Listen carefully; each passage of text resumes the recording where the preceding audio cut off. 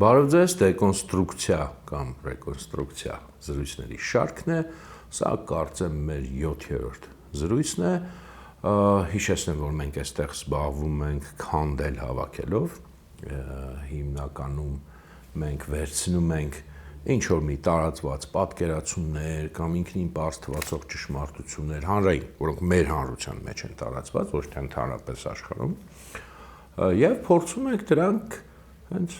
քանդել ու հետո նորից հավաքել, այսինքն հասկանալ, թե դրանց տակ իրականում ինչ կա կամ մեջը ինչ կա,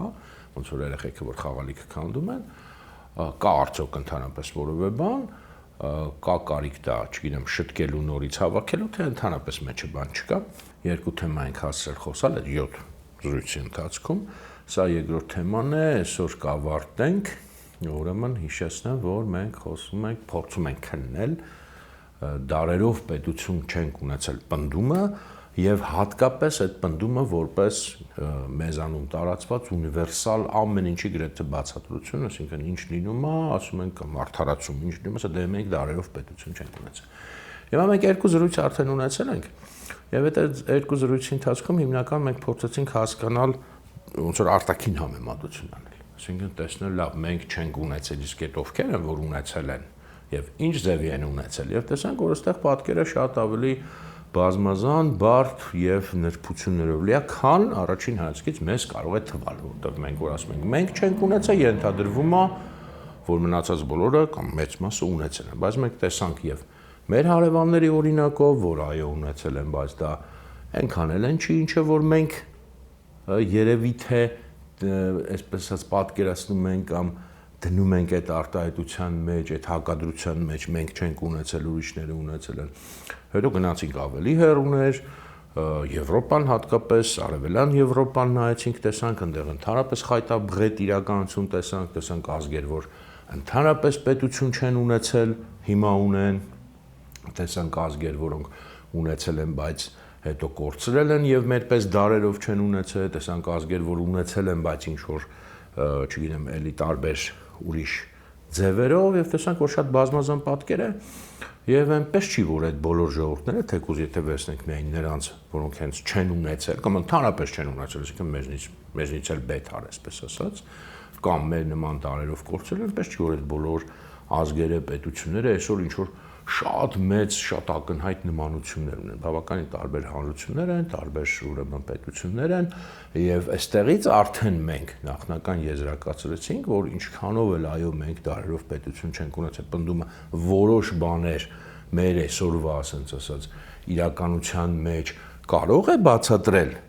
բայց հաստատ ամեն ինչ չի կարող բացատրել եւ հաստատ ամեն ինչ չի կարող արդարացնել, որովհետեւ չգիտեմ, օրինակ էստոնացիները ընդհանրապես պետություն չեն ունեցել կամ ֆիները բայց ոնց որ թե այդքան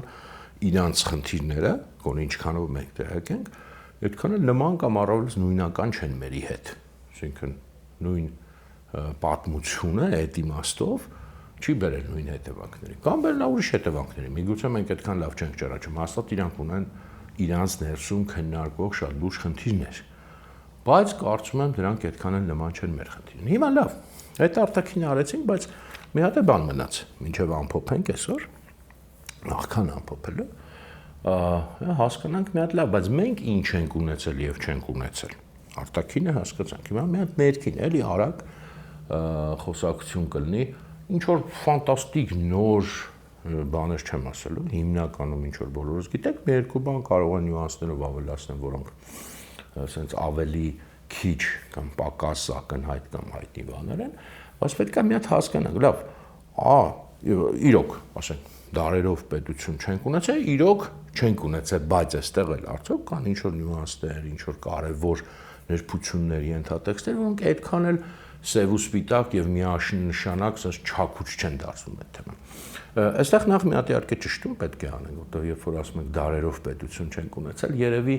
կարող մի քիչ քթի մազություն եմ անում, բայց ճշգրտման կարիք կա, որտեղ երբ որ ասում ենք պետություն, ամեն դեպքում այսօրվա իմաստով բյուրոկրատական պետություն դե ոչ ոք չի ունեցել։ Ավելի հնում, հա։ Դրա համար մենք երևի թե բոլորս ինտուիտիվ որ ասում ենք պետություն չենք ունեցել, նկատի ունենք քաղաքական ինքնուրույնություն, քաղաքական ինքնիշխանություն չենք ունեցել, քաղաքական անկախություն չենք ունեցել, որտեղ եթե շատ խորանանք, տենց ընդհանրապես չգիտեմ, ասենք միջնադարյան Ֆրանսիան այսօրվա իմաստով պետությունն է, թե չէ, դա մեծ հարց է։ Դրանք բավականին տարբեր բաներ են։ Այսօրվա պետությունը, միջնադարյան պետությունները եւ հնում էլ էլի գոյություն ունեցող տարբեր պետություններ, ասենք չինաստանական, բյուզանդական կայսրությունը հաստատ նույնը չեն, ինչ որ չգիտեմ, օրինակ Գերմանիայի թագավորությունը կամ Հայաստանի թագավորությունը, դրանք բավականին, ես կասեի, ահագին ոչ միայն տարբեր ինչ որտեղ հակադիր համակարգեր են եղել, ինչևէ հիմա դրա մեջ չեմ խորանում, ուղղակի կարծում եմ ամեն դեպքում այդ ճշգրտման կարիքը կա, խոսում ենք քաղաքական ինքնունության մասին, որովհետեւ այդ տերմինաբանական ծուղակների մեջ չընկնենք եւ իհարկե հնում միջնադարում այն ինչը որ այսօր մենք ասում ենք ինքնիշխանություն կամ ինքնիշխան պետություն, դա արտահայտվել է թագավորություն բառով, այսինքն այն ազգերը կամ չգիտեմ, այն հանրությունները, այն միավորները, որտեղ միշտ չի պարտադիր ազգերի մասին խոսքը, որոնք այն ժամանակ ինքնիշխան են համարվել, եղել են թագավորություն։ Եղել են նաև իշխանություններ, որոնք ավելի սենց պակաս աստիճանի այսօրվա տերմինով ասած սուվերեն կամ ինքնիշխան են եղել են կայսրություններ, որոնք հավակնել են այդ բոլոր թագավորությունների նկատմամբ էլ գերիշխող լինել, նաև Տիտղոսը չէ եղել թագավորը արքայից արքա, ասենք շահ, որը հավակնություն է եղել, որ թագավորից էլ բարձր կարգավիճակ ունի։ Հիմա համենայն դեպս, բայց հնի համար, ասենց ամենաստանդարտ տերմինը անկախության, քաղաքական անկախության, ինքնիշխանության թագավորություն, եթե դու ունես թագավորություն, եթե դու ճանաչված ես մյուսների կողմից որպես թագավորություն, հնում միջնադարում դա նշանակում է դու ինքնիշխան ես։ Էլի կարող է դու ինչ որ չափով ասենք ընդունես ինչ որ մեկի գերիշխանությունը կամ չընդունես, ամեն դեպքում հին դարերում մի քիչ ավելի sense կարելի ասել խուճուճ համակարգը, բայց հիմնականում այդ։ Հիմա նախ եւ առաջ էլի ասացի շատ sense ինչ որ ֆանտաստիկ փաստեր չեմ ասել, ուղղակի մենք վերհիշենք մեր բոլորի կողմից գրեթե իմացած փաստերը։ Իհարկե այդ իմաստով մենք շատ վաղուց զուրկ ենք մեր սեփական թագավորությունից կամ քաղաքական ինքնիշխանությունից, բոլորս գիտենք վերջինը եղել է Կիլիկիայում մինչև 1375 թվական եւ իրոք դա երկար դարեր է արդեն որ գոյություն չունեցել մինչև 1918 թվական, երբ որ ուրեմն Հայաստանի Հանրապետությունը հռչակվեց, այդտեղ 6 դար է, չէ՞ գալիս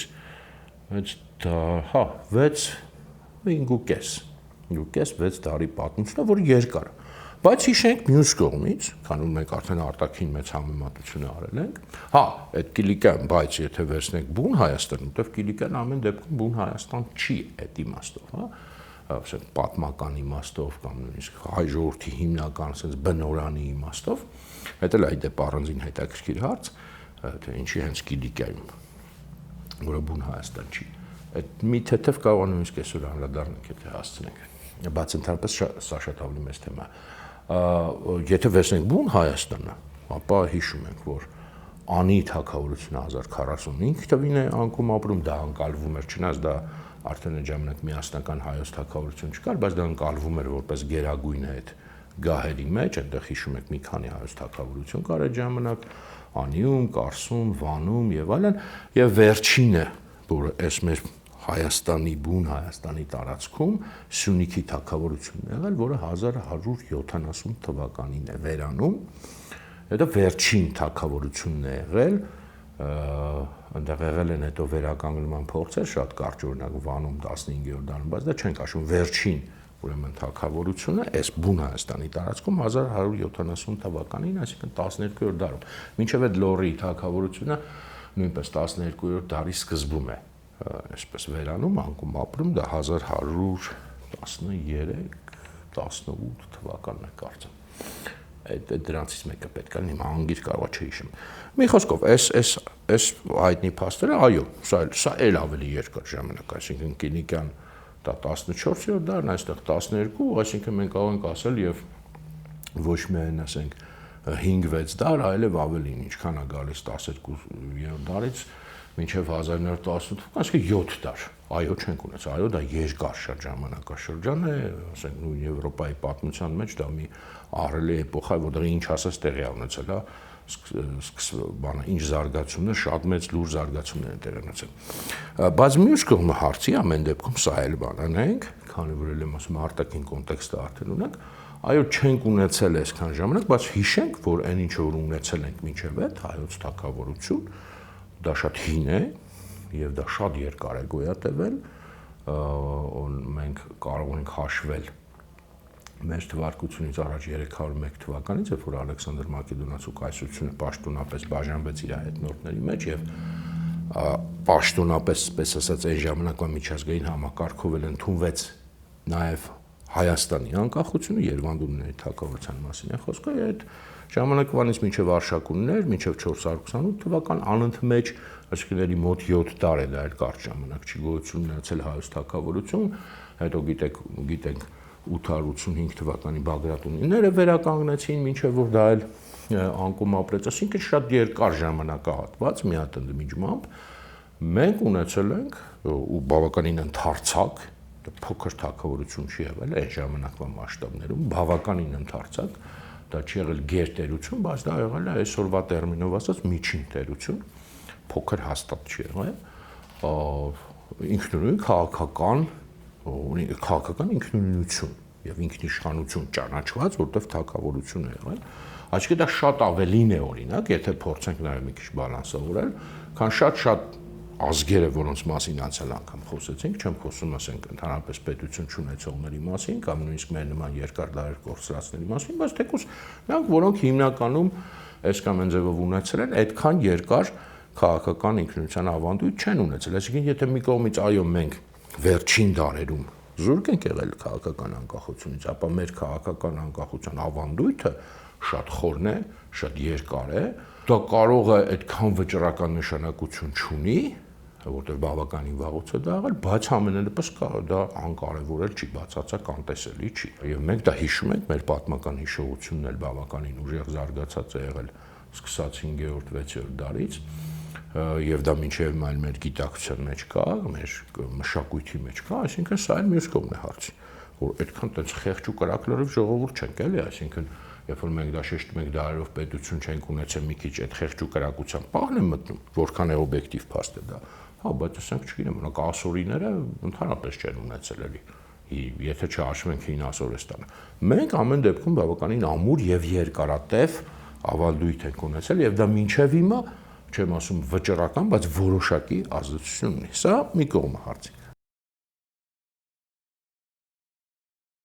Երբ որ մենք խոսում ենք միջնադարի մասին, հատկապես օրինակ այդ Արշակունների թագավորության անկումից մինչև Բագրատունիներ, օրինակ, հա, ասենք այդ ժամանակաշրջանը, երբ որ հիմնական մասը Հայաստանի կամ պարսկական տիրապետության տակ է եղել կամ արաբական հետագայում, իհարկե նաև եղել է բյուզանդական տիրապետություն Հայաստանի մյուս հատվածում, բայց մեծ մասը հիմնական այդ երկու տերությունների տիրապետության տակ եղել, շատ կարևոր է որ մենք այստեղ հասկանանք, որ դա նույնը չի, ինչ որ մենք խոսում ենք, օրինակ Օսմանյան տիրապետություն կամ այդ արդեն ավելի ուշ շրջանի պարսկական տիրապետություն կամ թեկուզ նույն ռուսական տիրապետություն նույն բանը չի։ Երբ որ մենք ասում ենք օրինակ արաբները նվաճեցին Հայաստանը, եւ այսօր մենք պատկերացնում ենք դա մոտավորապես նույն ձևի ենթարկված վիճակ, դե պետությունից զրկվեցինք, ոնց որ ասենք, չգիտեմ, ել եմ ասում նույն Օսմանյան կայսրության մեջ, ոչ, դա բացարձակ այդպես չի եղել։ Ոչ թե մի քիչ ավելի sense ասած մեղմ լրիվ տարբեր է եղել, ինչի եմ սա շեշտում, սա ճիշտ է առանձին շատ մեծ թեմա է, որը հուսամ մի օր կխոսանք ավելի մանրամասն, հիմա ուղղակի հիշատակում եմ։ Եվ ինձ համար էլ ես շատ սիրում եմ այդ թեման, բայց նաև ընդհանրապես մեր պատմությունը ճիշտ հասկանալու առումով։ Մենք մեր հետագա դարերի թուլությունը, ես ասել եմ, շատ հաճախ տեղափոխում ենք հին պատմության վրա եւ այսպես մեր պատմությունը վերածում ենք անընդհատ նվաճված, ենթարկված, թուլացած, գրեթե անդադ նույնիսկ ցեղասպանությունների ենթարկված, հա, բայց դա այդպես չի։ Այն ինչը որ եղել է օրինակի համար վերցնենք արաբական շրջանի Հայաստանը, արաբական խալիֆայության, այսպես ասած, կազմի մեջ Հայաստանը, ուրեմն դա եղել է մի երկիր, ընդ որում դա արաբական խալիֆայության էր հսկայական տարածք է զբաղեցրել այսօրվա Մարոկոից մինչև այսօրվա Աֆղանստան եւ Հայաստանի պես երկրներ այնտեղ բացառություն են եղել այդ կարգավիճակով, որը հիմա կասեմ, դա եղել է երկիր, որ նախ ունեցել է սեփական զինված ուժեր Հայաստանում, հայկական հայերն են եղել, հայկական զորք է եղել, արաբական որոշակի կայազորներ են եղել, բայց հիմնական եղել է Հայաստանի հայոց զորքը, զինված ուժերը, այդ զինված ուժերը ունեցել են սպարապետ, որը եղել է հայ, եւ ամեն ուրեմն այդ գավառի, չգիտեմ, եւ նախարարության զորքն էլ իր հրամանատարը, որ էլի տեղի իշխանն է եղել, այսինքն դա բացարձակ հայկական երևույթ է եղել, սեփական բանակ այսօրվա լեզվով ասած երկիր է եղել, ասենք օրինակ սովետական Հայաստանը, որը համարվում էր ինքնիշխան պետություն միության մեջ, ինքը չի ունեցել սեփական բանակ, արաբական շրջանում Հայաստանը ունեցել է սեփական զինված ուժեր, ասենք նույն էլի արաբական խալիֆայության մեջ ասորիները չեն ունեցել զինված ուժեր սեփական, պարսիկները չեն ունեցել, չի եղել ասենք պարսից զորք, եղել են ինչ որի պարզ ասենք զորքեր, որոնք չգիտեմ, որոնց մեջ պարսիկներ են եղել, բայց չի եղել այդպես միասնական Իրանի զորք, բայց հայոց զորք եղել է եւ չգիտեմ, ասենք մյուս Եգիպտոսում օրինակ, բայց հայոց զորք է եղել, գլխավորել է հայոց սպարապետը, երկիրը կառավարել է հայոց իշխանը, որը եղել է հայ, եւ հետո դա դարել է իշխանած իշխան, հետո դարել է թագավոր, ինչ որ փուլից 7-րդ դարից, չէ 7-րդ դարից չկնեք 8-րդ դարից դա արդեն բացառապես Բագրատունիներն են եղել, հայոց իշխանը եղել է ամենագլխավորը բոլոր այդ բանում իշխանների նկատմամբ, մյուս իշխանների նկատմամբ, հենց հատուկ տիտղոս եղել, ինքն է փաստացի կառավարել երկիրը, նա ի տարբերություն սպարապետի դե պարզ այն մնացած ֆունկցիաներն է կատարել, ոչ ռազմական հարկերը հավաքել է երկրի եւ խալիֆայությունը դրող հայոց իշխանը, այսինքն վարչական, դատական եկեղեցին եղել, վարչական այդ բոլոր բաները եղել էլի հայոց իշխանի ձեռքում, այսինքն հայի ձեռքում, միակ ներկայացուցիչն ու միակ ասենք ներկայացուցիչը այդ խալիֆայության եղել է այսպես կոչված ոստիկանը այսօրվա իմաստով չի դա, որը նստել է դվինում, երբ որ ասենք պետք է եղել հարկերի հարցը, այդ հայոց իշխանը հարկերը հավաքել է, տվել է ոստիկանին, դա եղել է ոնց որ վերահսկող ֆունկցիա ունեցող, եւ նա ունեցել է փոքրիկ sense ասած իր հետ արաբական sense ասած զորամիավորն, բայց երկիրը կառավարվել է, ինքնակառավարվել է, երկիրը ունեցել է սեփական զորք, սպարապետ, այդ ամեն ինչը եղել է պայմանագրի շրջանակներում, այսինքն ոչ թե տենց արաբները եկել են Հայաստանը նվաճել են բառից բուն իմաստով, այլ պայմանագիր է կնքվել հայերի եւ արաբների միջեւ դեռևս ուրեմն 7-րդ դարում, երբ որ արաբները այստեղ հայտնվեցին, Թեոդորոս Ռոշտունուժը պայմանագիր են կնքել այդ հարաբերությունների մասին, որ օրինակ եթե հայոց զորքը մասնակցում է օրինակ արաբների կռիվներին, եւ բնականաբար Հայաստանը նաեւ եղել է կրոնական իմաստով մնացել է քրիստոնյա, չի ընդունել իսլամ, եթե դուք նայեք ամբողջ այդ արաբական խալիֆատի տարածքը, միակ երկրները, որոնք չեն դարձել իսլամական, չեն դարձել մուսուլման այդտեղ, Հայաստանն է, վրացիներն են, Արևելյան Վրաստանն է մենակ մտել արաբական խալիֆայության մեջ, եւ Իսպանիան է, որը ազատագրվել է արաբներից ուժով եւ հետ է վերադարձել քրիստոնեությունը, եւ վերջ, մնացած բոլորը դառել են մուսուլման, պարսիկները դառել են մուսուլման, ինչու է այդպես եղել, ոչ թե որ ասենք օրինակ պարսիկները, որտեղ պարսիկները զրադաշտական եղել իրանց իսկ ստեղծած ազգային կրոնն եղել, ոչ թե որ նրանք պակաս են սիրել դա, քան մենք քրիստոնեությունը, եւ ոչ թե որ մենք այդքան կրոնասեր ազգ ենք, այլ որովհետեւ այդ զորքն է եղել եւ այդ զորքը եղել է հիմքը, որ մեր հետ, մեր նկատմամբ նույն արաբները լրիվ այլ կերպ վարվեն, քան այլ ազգերին, որոնք իրենք հաճախ պարտադրել են տարբեր միջոցներով, որտեղ ուժով, որտեղ փողով, որտեղ արտոնություններով մուսուլմանություն ընդունել է։ Մեր դեպքում նման հարց իսկ չի դրվել երբեք, որտեղ եղել է այդ ուժային բալանսը, այո, ենթակա խալիֆայությանը, ընդունող այդ գերիշխանությունը ավելի շուտ, բայց ինքնուրույն ինքնակառավարող երկիր, այսինքն դա չի եղել այո լիարժեք ինքնիշխանություն, բայց մենք պետք է հասկանանք, որ դա եղել է ըստ էության հաստատ շատ ավելի ինքնիշխան եւ անկախ քան սովետական Հայաստան, չեմ ուզում ասեմ, քան այսօրվա Հայաստանը, հիմա բան չանենք, էլ այտենց շատ չափազանցությունների մեջ չգնանք, համեմատություններն մի քիչ։ Բան այդտեղ, բայց այդ չմոռանանք, չպատկերացնենք, որ դա եղել է այտենց ինչ որ մեր այսօրվա իմաստով հասկացած նվաճած Հայաստան։ Նույնը եղել է իդեպ Պարսկաստանի այն ժամանակվա հին Պարսկաստանի կազմում, այդտեղ ճիշտ է մարսպաններ են եղել, որոնք մի մասը պարսիկ են ազգությամբ եղել, ի տարբերություն այս իրավիճակի, մի մասը հայ, այստեղ միշտ են հայերը եղել իշխան, այնտեղ մասամբ եղել, բայց էլի նույն վիճակն եղել, նույն հայոց զորքը, նույն սպարապետը, նույն բանակը, նույն Հայաստանում հայկական զինված ուժերը, այսինքն դա ինքնակառավարող երկիր եղել եւ կրոնի հարցն էլ գիտեք, էլի նույնն է մնացել, մեկ անգամ են պարսիկները փորձել այդ հարցը բարձրացնել, իրական։ Այնտեղ կան նաեւ տարբերակ, որ էլի են փորձել, բայց մի անգամ։ Եվ վերջ, դրանից հետո չեն փորձել։ Այսինքն նաեւ այդ իմաստը, որտեղ դա է քաղաքական հարց, կրոնական ինքնուրույնության հարց։ Ընդհանրապես սա ամենակարևոր թեման է իրականում մեր պատմության, որ մենք հասկանանք ինչի հիման վրա է եղել հին հայերի ինքնիշխանությունը, որտեղ երբ որ այդ նույն թագավորությունը Բագրատունիները արդեն վերականգնում են, ու բավականին հեշտությամբ իրանք չեն ապստամբում արաբների դեմ։ Իրանք ուղղակի հռչակում են իրենց թագավորը եւ առաջինը ով դա ճանաչում է հենց նույն Բաղդադի խալիֆան է լինում։ Այսինքն կռիվները արաբների հետո են սկսվում, դա արդեն արաբական առանձին իշխանությունների հետ են լինում։ Խալիֆայությունը հետ կռիվ չի լինում, խալիֆայությունը ճանաչում է։ Ինչի այդքան հեշտ վերականգնեցին, որտեղ ըստ էության մենակ այն վերևի հարկն էր մնում, այդ թագավորության հարկը, որը պակասում էր այդ շենքի մեջ, շենքի մնացած բոլոր հատվածները կային։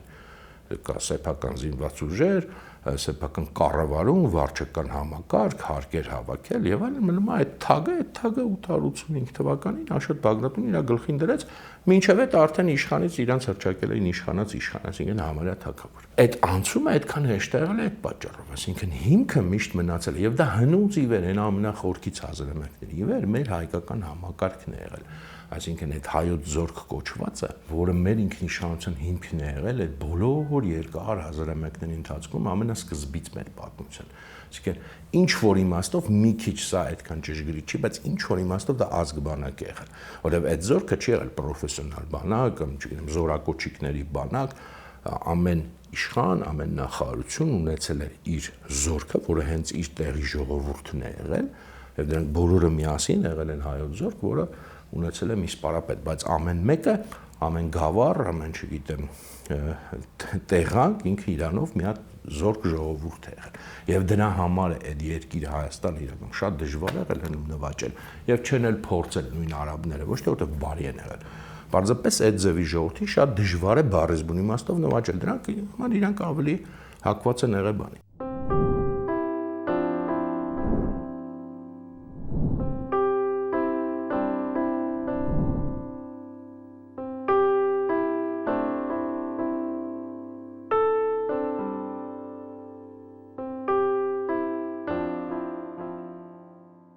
Հիմա ստեղ ինչն է նաև հետաքրքիր, կնեք մի քիչ շեղվում եմ թեմայից գուցե, բայց այս նյուանսները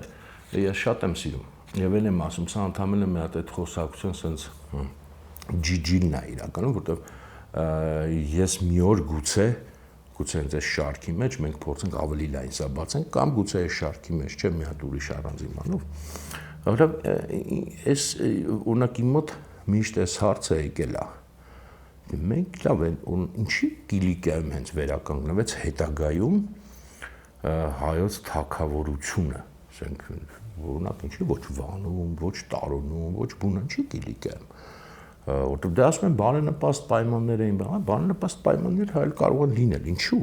Կիլիկիայում, որը Հայաստան չէր եւ որտեղ նույնիսկ հայերը մեծամասնություն չէին բացարձակ։ Եվ հետագայում ես հասկացել եմ պատճառը, որովհետեւ հայոց զորքը, այդ զինված հայոց արիստոկրատիան, հայոց ազնվականությունը, զինված վերնախավը հայերի տեղափոխվել էր Կիլիկիա այդ շրջանում եւ Վանում չկար, Տարոնում չկար, չգիտեմ ասենք, Կարինում չկար։ Այդտեղ էր հայոց զորքը եւ այդտեղ վերականգնվեց հայոց ինքնիշխանությունը։ Ելեմ ասում ոչ թե որտեղ այդտեղ մեծամասնակ Վանում մեծամասնությունը հաստատ հայերն էին այդ ժամանակ, բայց չի վերականգնել Կիլիկիայում մեծամասնություն չէին, բայց զինված էին, զինված հայերն էին, զորքն էր եւ վերականգնվեց, այո, բարենպաստ պայմաններում։ Եվ հետո երբ որ արդեն ծովները նվաճեցին, իսկ այդ ծովային շրջանում Կիլիկիա ընդհանրապես բազմաց բաներ, հույներ, ասորիներ եւ այլն։ Եվ այս հայոց զորքի հարցը ինչով է նաեւ, բացի որ ինքը բացատրություն է տալիս ընդհանրապես մեր պատմության առանցքն է։ Ինչով է հետաքրքիր, իսկ ինչու հայոց զորքը հայտնվեց Կիլիկիայում։ Այստեղ գալիս ենք մյուս թեմային։ Ով քանդեց այդ մեր հին համակարգի ինքնիշխանություն եւ ինչու մենք զրկվեցինք այդ ինքնիշխանությունից։ Այդ հայոց զորքը, ելեմ ասում, կամավոր չի հայտնվել այդ կողմ, ոչ միայն Կիլիկիայում ընդհանրապես փոքր ասեմ, տեղափոխվել է այդտեղ ըստ էության բռնի կերպով եւ դա արել են բյուզանդացիները։ մեր հին համակարգը ինքնիշխանության քանդել է բյուզանդական կայսրությունը, քանդել է շատ հետևողականորեն, քանդել է դանդաղ, քայլ առ քայլ, դա հեշտ չի եղել, աստիճանաբար քանդելով դրա իրավական հիմքերը, տեղափոխելով մեր զինվորականությունը դեպի արևմուտք, իրանք դա արել են, քանդել են այդ համակարգը, երբ որ քանդել են այդ համակարգը, դրա համար, երբ որ մենք նայում ենք օրինակ Անի Բագրատունիների թագավորության անկումից հետո, երբ որ Բյուզանդիան գնաց, բայց Կիլիկիան վերականգնվեց, հայոց անկախություն, սկզբում իշխանություն, հետո թագավորություն, իսկ Հայաստանի կենտրոնական մասերում էլ երբեք չվերականգնվեց, ինչու՞։ Հարցը մենակ այդ բարենպաստ պայմանները չեն, չկար այդ սուբյեկտը, որը դարերի հազարամյակների ընթացքում եղել է այդ ինքնիշխանության ողնաշարը, եւ որտեղ այդ սուբյեկտները տեղել վերականգնվեց։ Նույնը տեղի ունեցավ Արևելյան Հայաստանում զուգահեռ Կիլիկիային, այս մեր հատվածում 12-13-րդ դարերում, ինչ որ մենք մեր պատմագիտության մեջ կոչվում է Զաքարյանների իշխանություն, հիմա կամ իշխանապետություն, դա հիմա այդ տերմինները էական չեն, վրաց թագավորության մասն է եղել, բայց հայ իշխանները, գիտեք, եւ այստեղ իշխող են եղել, որպես վրաց թագավորի արդեն վասալներ, էլի, որտեվ այստեղ այս տարածքում եւս, այս Արևելյան Հայաստանի տարածքում եւս, բայց ոչ օրինակ ասենք չգիտեմ նույնալի Վանում տարում, բայց այս հատվածում էլի պահպանվել էր, այստեղ չէին հասցրել վերացնել, պահպանվել էր այդ հին համակարգը, այսինքն այդ զորքը պահպանվել էր, այդ իշխանական համակարգը պահպանվել էր եւ արդեն Վրաստանում էլ շատ մոտ համակարգ եղել եւ բացի այդ ծագմամբ նույն Բագրատունիներն էին եղել, դա վերականգնվեց 13-րդ դարում, չդարձավ հայոց թագավորություն, վրաց թագավորություն էր, բայց տեղում հայոց իշխաններն էին իշխում եւ Զաքարյաններն էլ գերիշխում էին դրանց բոլորի վրա, այսինքն այստեղ նույնպես մասնակի վերականգնում եղավ, հիմա դա պետություններ թե չէ, կարելի է խոսալ այսօրվա մեր բացարձակ իմաստով, բայց հաստատ քաղաքական ինքնիշխանության շատ բարձր մակարդակ էր։ Այսինքն, երբ որ մենք ասում ենք Արևելյան Հայաստանում օրինակ Սյունիքի թագավորությունից հետո, հա, ոնց որ սկզբում ասենք, չի եղել թագավորություն, հա չի եղել, բայց քաղաքական ինքնիշխանության շատ բարձր չափ հաստատ եղել է 13-րդ դարում եւ դա հիմնականում արդեն 14-րդ դարի մինչեւ վերջ գրեթե տենց անկում է ապրում, իդեպ այդ օրինակ այստեղ բյուզանդական գործոնը չի աշխատում, ինչ է եղել այդտեղ, ես դժվարանում եմ ասել, այդ հարցը օրինակ իմ համար բաց է մնում, ինչ պատճառներ են եղել, որ անկում է ապրել, բայց փաստով նաև այստեղ 13-14-րդ դարում այո բառիզբուն իմաստով պետություն թագավորություն չենք ունեցել, բայց այս տարածքում Արևելյան Հայաստանի տարածքում Արևելյան Հայաստան ասելով հասկանում եք, այս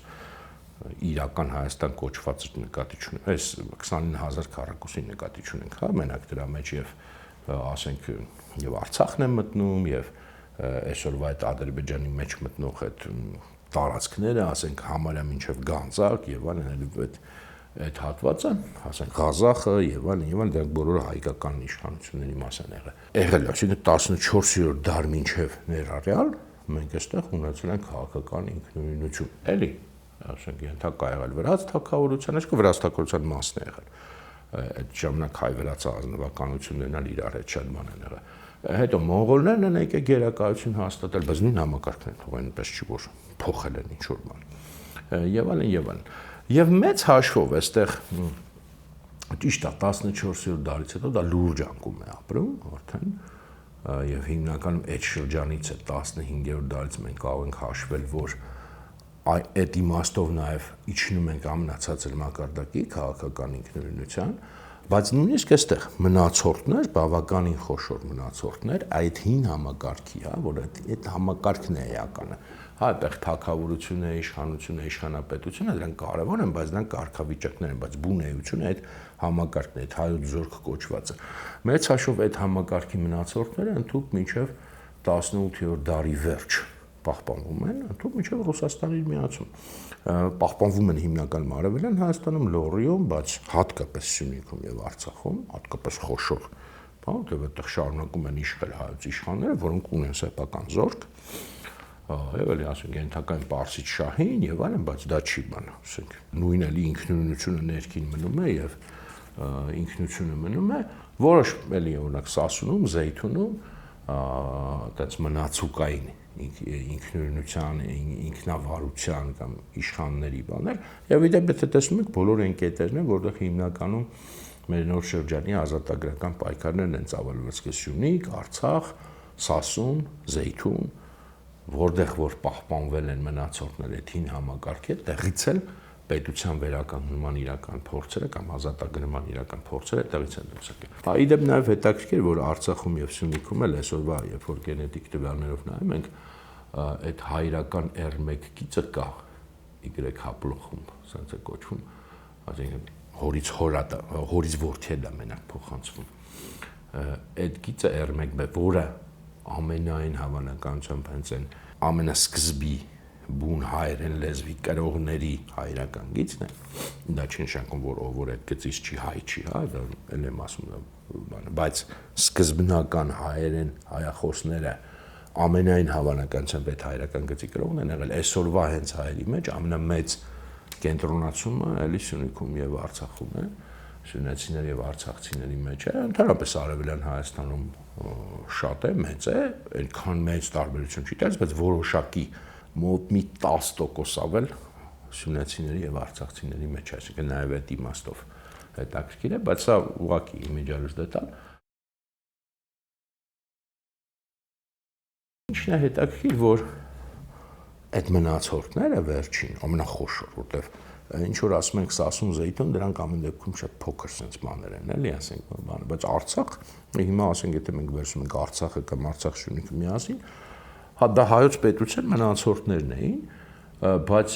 դες չի որ օրինակ այն վրաց թագավորությունները, որոնց մասին խոսում ենք, Կախեթի, չգիտեմ, Քարթլի, Մերեթի, այդ շատ ավելի մեծ էին տարածքով, չէ։ Նույն մոտավորապես նույնը Քարթլին եթե վերցնես, մոտավորապես նույն տարածքն է էլի գալիս կամ Կախեթի։ Շատ ավելի մեծ չեն հաստատ։ Այսինքն ինչքանով որտեղ խոսել ենք, որ դրանք այդպես լիարժեք թագավորություններ չէին իրականում, ոնց որ մենք պատկերացնում ենք, հիմա սա էլ հայոց պետության որոշակի մնացորդ էր, անունը թագավորություն չէր, բայց էլի նույն բանն էր, ոնց որ ինքնուրույնությունն էր քաղաքական, նրանք էլ են Պարսից շահին ենթակա, սրանք էլ են ենթակա, նրանք էլ ունեն իրան զորքը, սրանք էլ ունեն իրան զորքը։ Ուղղակի թագավոր չկար։ Չեմ չափազանցնում դրանց նշանակությունը, որտեղ ամեն դեպքում դա Հայաստանի մի փոքրիկ մասն է, բայց այնց էլ չի էլի, որ դա լրիվ անտեսելի է։ Վերանում է փաստորեն Ռուսաստանի միացմամբ, վերջնականապես, այնտեղ իհարկե մինչև այդ արդեն լուրջ խնդիրներ կային, բայց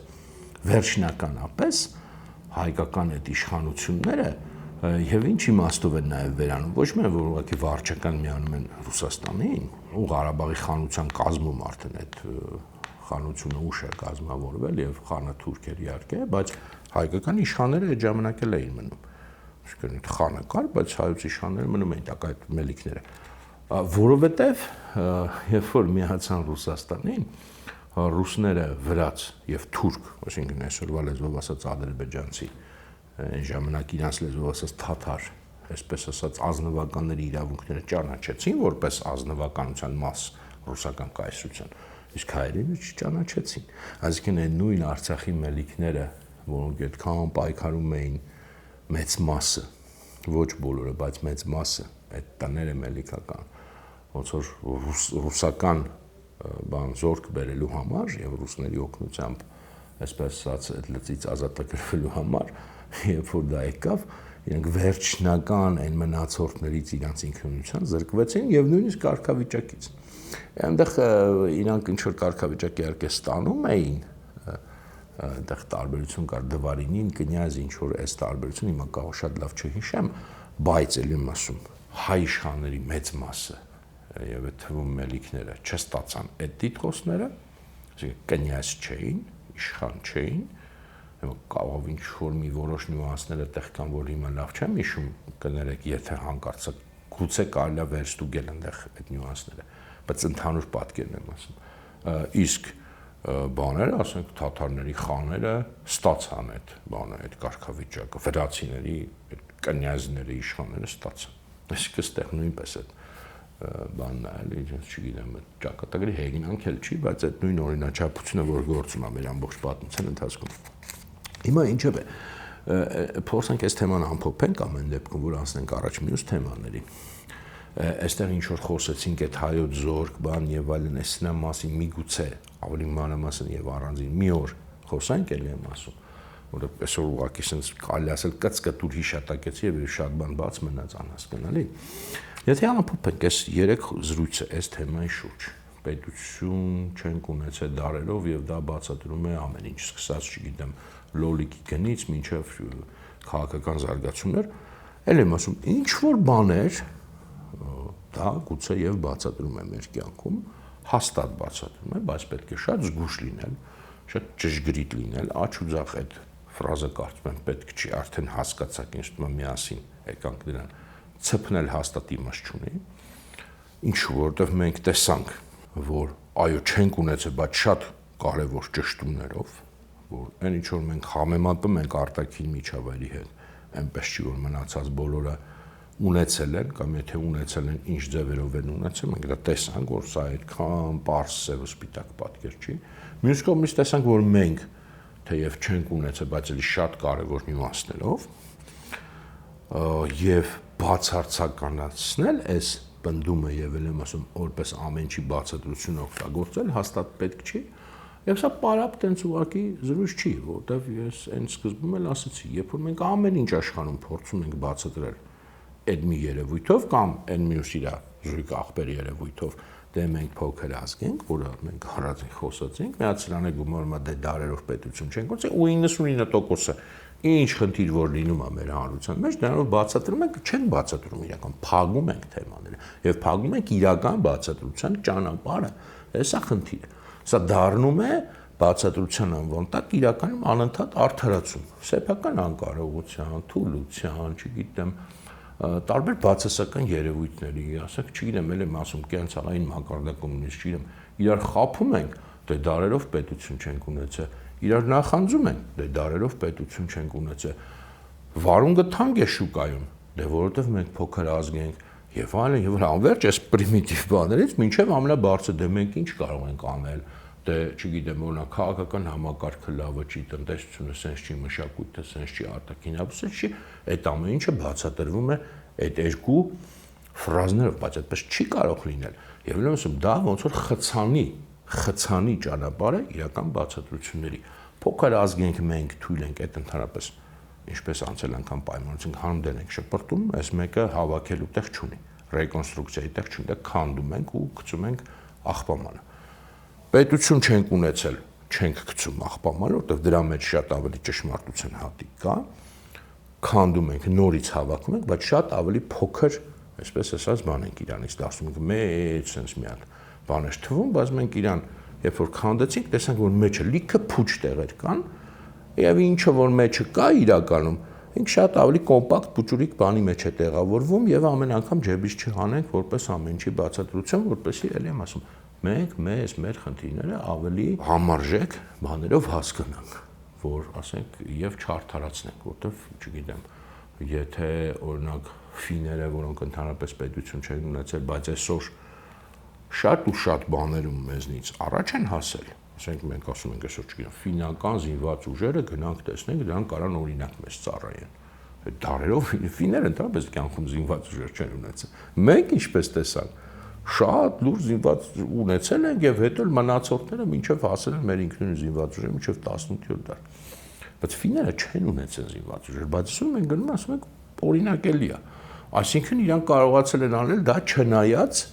այդ հանգամանքի, չգիտեմ, էստոնացիների օրինակներ են կարծեմ նույնիսկ զինված ուժերի առումով բերում, լիքը ուրիշ առումներով բերում են, եկեք չդարձնենք մեր կյանքի արդարացում անընդհատ, այլ փորձենք գտնել եւ ավելի համարժեք բացատրություններ եւ ամենակարևորը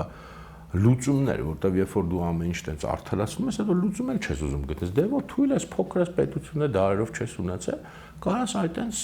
անverջ այդ բանով ապրես, դե վերջո ի վերջո նաեւ վերջին բանն էլ ասեմ, դա լավ չենք ունեցել դարով, բայց դա ունենք արդեն 30 տարի։ Քիչ չի էլի, քիչ չի։ Կարելի է արդեն մի բան անել։ Այսքան է այսօր Ժողովուրդ ջան, այս թեմայի հետ էլ, այսքան է այս թեմայի հաշիվներն էլ մաքրեցինք։ Մյուս անգամ ինչ կխոսենք ես դեռ չեմ որոշել, բայց մի հետաքրքիր, այսինքն ցանկիս մեջ շատ կան թեմաներ, որոնք պետք է այս տարվա մեջ խոսենք այս զրույցների բանում, բայց կոնկրետ որ մեկը ես դեռ չեմ որոշել, բայց մի հետաքրքիր բան կընտրեմ ու կշարունակենք այս մեր զրույցները։ Իսկ այսօր այսքանը, շնորհակալություն, որ համբերեցիք, լսեցիք մինչև վերջ, եթե լսեցիք։